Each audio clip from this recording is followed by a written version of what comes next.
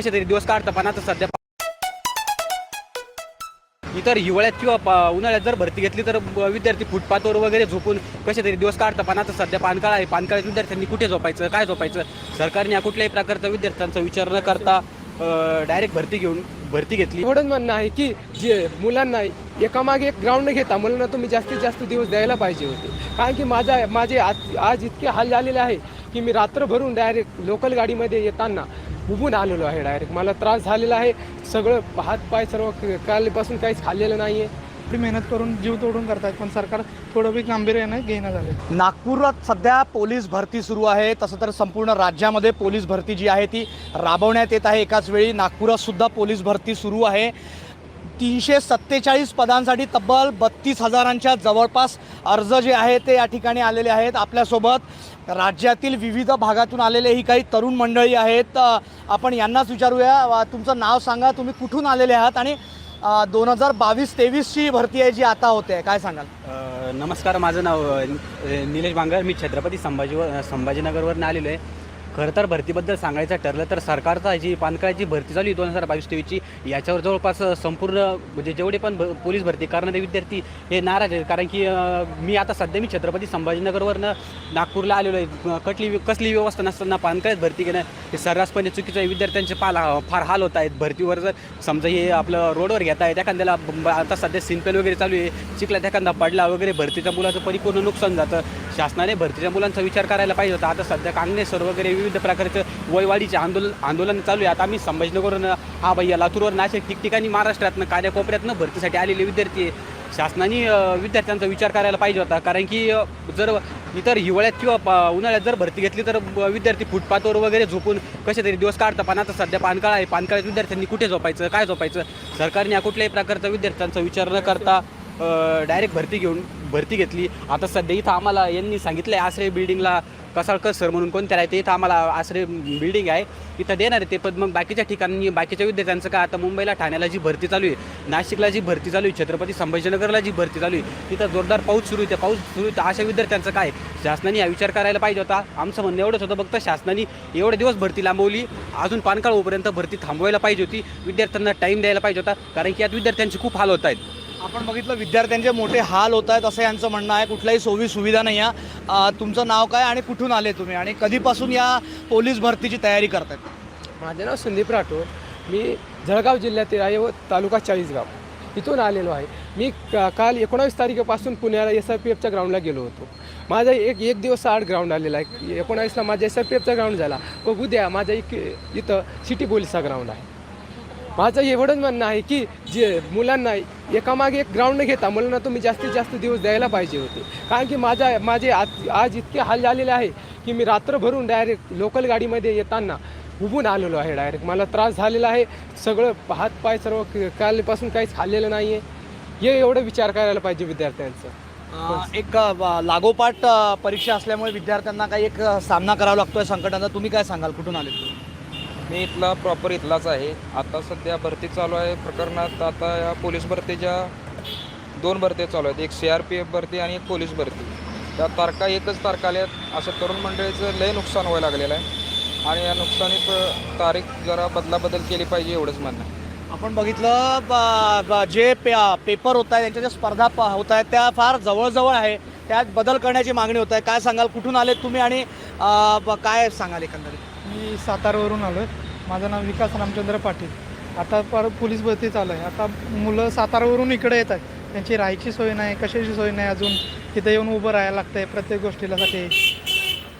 सरकारला एवढीच विनंती आहे की पोरांचे हाल व्हायला लागलेत. पोरांचे भरपूर जणांचे ग्राउंडचा स्कोअर कमी यायला लागला आहे. त्याच्यावर लक्ष दिलं पाहिजे. पोरं एवढी मेहनत करत आहेत. मी तर लयलं तर बारी 4 ते 5 वर्ष ग्राउंड करतो आहे स्वतः. गेल्या वर्षी मी 2 मार्काने रत्नागिरीला राहिलेलो आहे. त्यामुळं आता पोरं एवढी मेहनत करून जीव तोडून करतायत, पण सरकार थोडं बी गांभीर्याने घेणं झालं. आपण बघितलं सरकार गांभीर्याने घेत नाही असं यांचं म्हणणं आहे. 2022-23ची भरती आहे आता होत आहे. काय सांगाल एकंदरीत या संपूर्ण प्रक्रियेवर? आणि सगळ्यात मोठी गोष्ट सांगायची म्हटलं तर सरकारचं भरतीचं नियोजन नाही सर. आमच्याच गावातल्या बऱ्याचशा विद्यार्थ्यांचं एकाच वेळेला एकाच ठिकाणचे 2-3 हॉल तिकीट आले. आता मला असं म्हणायचं, माझं एक मित्र आहे महेश कुके म्हणून, त्याचं जे हॉल तिकीट आलं आहे म्हणजे 22 तारखेला त्याचं आलेलं आहे आपलं याचा मनोज जरांगे पाटलांचं जिल्हा कोणता आपला जालना त्याच्यानंतर त्याचा आला लगेच 24 तारखेला लगेच आपलं 23 तारखेला लगेच नागपूर. म्हणजे एकाच दिवशी 2-2, 3-3 जिल्हे आले. सरकारचं एकाच वेळेला 2-2, 3-3 विद्यार्थ्यांचे एकाच दिवशी 2-2, 3-3 हॉल तिकीट आलेले. सरकारचं कुठल्याही प्रकारचं काही नियोजन नाही आहे. आता त्याचीच कांगणे सरांची संपूर्ण जी टीम आहे परभणीतले सर्व विद्यार्थ्यांची सरकारकडे मागणी त्यांनी आता ते काढलेले. पण असं ते तुम्ही आणि रेल्वेमध्ये खूप हाल होत आहेत. 2-2, 3-3 दिवस आधी आम्ही एवढे लांबून येतो, टी सी वगैरे कोणीच काही देत नाही. आता जर मला सांगायचं सर, आता मी छत्रपती संभाजीनगरवरनं मनमाड आलो, मनमाडवरनं रात्री आझाद एक्सप्रेसनी नागपूर आलो, तर गाडीचं रिझर्वेशनसुद्धा होत नाही आहे. आणि लोक अजिबात ॲडजस्ट करत नाही, विद्यार्थ्यांचे हाल होत आहेत. सरकारने याचा विचार करायला पाहिजे होता. आपण बघितलं हे विद्यार्थ्यांच्या समस्या आहेत, त्या मोठ्या संकटाचा आणि समस्यांचा सामना या विद्यार्थ्यांना या ठिकाणी करावा लागतोय. काय सांगाल तुम्ही? रिझर्वेशन केलेलं त्यांनी कॅन्सल केलं आहे आमचं. आमच्याकडून पैसे पण घेतलेत त्यांनी, 425 रुपये घेतलेत नगरवरून इथं याला. ते रिझर्वेशन पण कॅन्सल केलं त्यांनी. मग आम्ही बसणार कशात, येणार कसं एवढ्या लांब? आपण बघितलं नागपुरात पोलीस भरती चालू आहे. या भरतीनिमित्त राज्यातील, नागपुरातीलच नव्हे तर राज्यातील विविध जिल्ह्यांमधून ही तरुण मंडळी आहे जी या पोलीस भरतीसाठी आलेली आहे. परंतु या ठिकाणी यांना विविध सोयीसुविधांच्या अभावी मोठ्या संकटांचा सामना करावा लागतोय. नागपूरहून कॅमेरामॅन अशांत.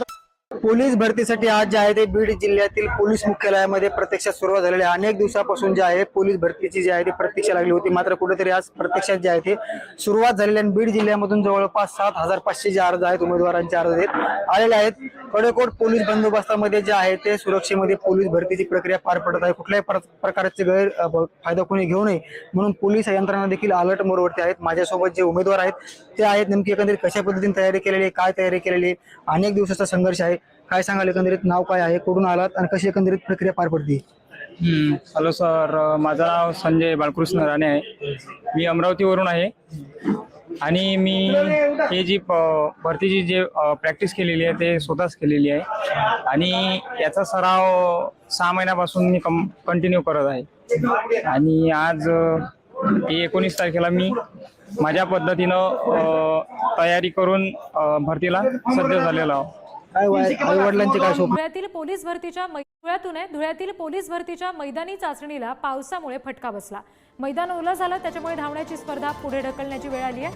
दुपारी 3 वाजेपर्यंत तरी ही स्पर्धा घेतली जाणार नाहीये. 3 नंतर मैदानी चाचणी स्पर्धा घेतली जाऊ शकते.